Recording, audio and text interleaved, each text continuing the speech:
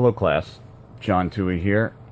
I am going to give my presentation on section 10 of our PSU to Mount Hood hike. I felt like, since the rest of you got up and made presentations, that I should at least make the effort to put forth a video presentation, since I didn't get up in front of all of you. So here goes. I hope you guys like it. Just to rehash, section 10 of the PSU to Mount Hood hike began shortly after the Sandy Community Center, past Tenneck Road North. It started after it became Marmot Road, and eventually turned into Barlow Trail Road, and we wound up camping off Barlow Trail Road that evening at the ant farm owner's property, which was really needed, I thought. But I get ahead of myself. So I know that Derek spoke about the Barlow Trail as well. I think I'm going to go over it again a little bit just to refresh everybody's memories and hopefully touch on some stuff that maybe he didn't. I wasn't really sure where else to go with this, seeing as my entire section was the Barlow Trail Road. And I tried as I could not find anything on the Marmot Trail Road. So, in any event, here's what I have. The Barlow Trail Road is a very famous road, a historic road. It was built in 1846 by Sam Barlow and Philip Foster, with authorization from the Provisional Legislature of Oregon, and it in fact served as the last overland segment of the Oregon Trail. And it was instrumental because it allowed covered wagons to get across the Cascade Range and reach the Willamette Valley, which had previously been almost impossible. So, and even so, it was still very, very, very dangerous. It was a 100-mile trek, and it was just brutal. Now, historically, the Barlow Road begins at the Dalles, heading south to Tyke Valley, which some actually consider to be the beginning of it, but then it turns west and parallels the White River, sort of, on the north and then west. It crosses the south shoulder of Mount Hood at Barlow Pass, following Camp Creek and the Sandy River for quite some ways, and then finally leads to Oregon City.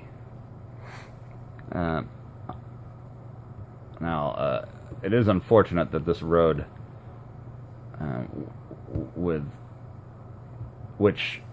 without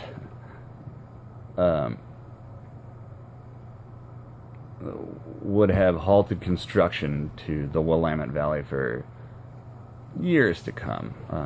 But in the 1900s, the Mount Hood Highway was built, and that pretty much, got rid of the need for the Barlow Trail Road, which was extremely hard to maintain and not very cost effective.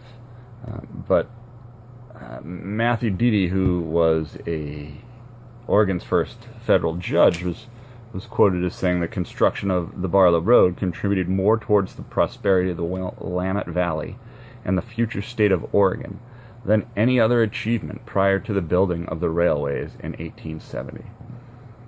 I found that to be of significance.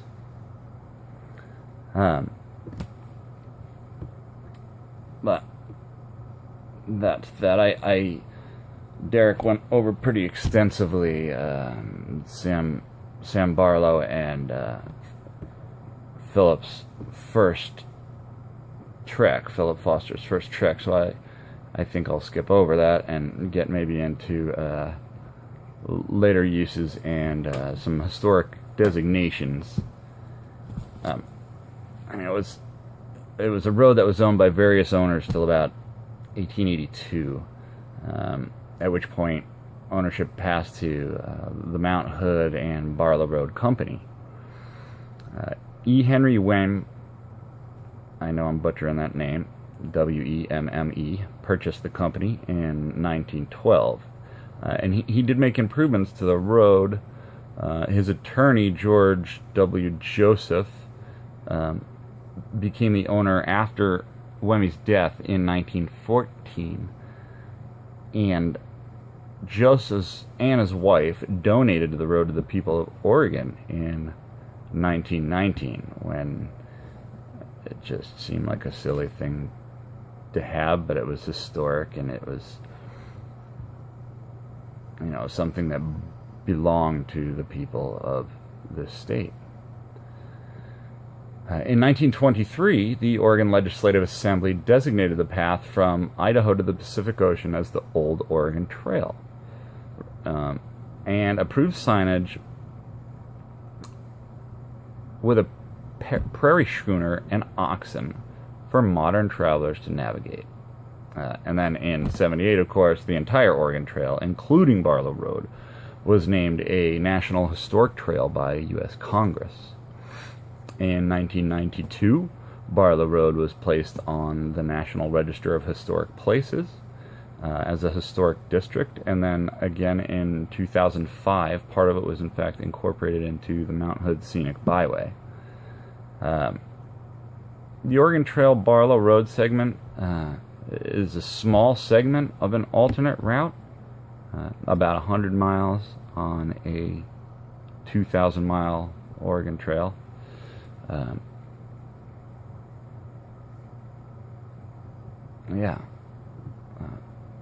I guess today, on the western side of the Cascades, U.S. Route 26 follows more or less the same route from Sandy to Government Camp. The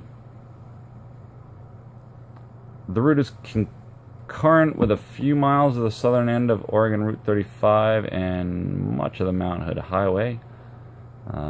It is intact as a dirt road in roughly north-south stretch along Barlow Creek. A lot of the lesser populated areas up there have been overrun with, you know, the four-wheeling guys. You know, when Barlow turns into a Forest Service road, you got people going up there and having fun up there. But the road we were on was quite nice. It was very beautiful. I was definitely made to feel the enormity and the limitless landscape that we were walking through. It made me feel small, but also at the same time it made me feel very inclusive, like I was a part of the land. It was so large I couldn't help but be swallowed up by it. It was really beautiful. Hopefully, if I get this running, you're seeing a slideshow right now behind me of the pictures that I took from Vanik to right before Derek gave his speech the next morning at the beginning of the dirt trail.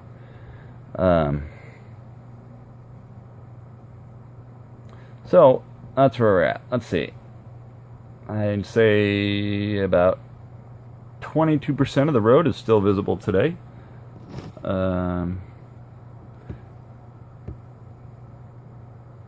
And that's that. I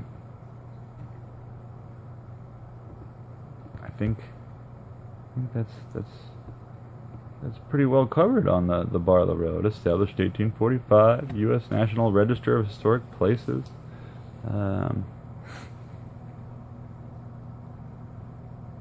Yeah, very good. Now, I would like to add that in addition to, researching this part of my trail, I did learn quite a bit as far as the group that I was traveling with by the time we had gotten there. It had been our third day of camping, so we pretty much knew each other fairly well, I think, at that point. I could tell you something unique and personal and positive about every single one of you by that time. I don't think that there was a single person that I hadn't talked to at that point. I don't think that there was a single person there that didn't make me feel accepted and like we were a unit and we were doing this together too. And I think on a trip like that, that's very important. When Sam Barlow and Philip Foster created this road, it was on a $4,000 budget with a crew of 45 guys. And I thought about our rapport as a group on our trip, and the bonds these guys must have made forging this trail is incredible. Just a real band of brothers and sisters, I guess. Most importantly, I'd like to add how honored I was to be a part of this, and happy to be a part of all of your lives. So I hope you learned something new, or at least I repeated something that you'd forgotten. And I can't wait to see you guys around school or around summer. Johnny, signing off. I should post a couple more blogs too, but if you don't see these, well, I'll see you around. Take care, guys. Bye-bye.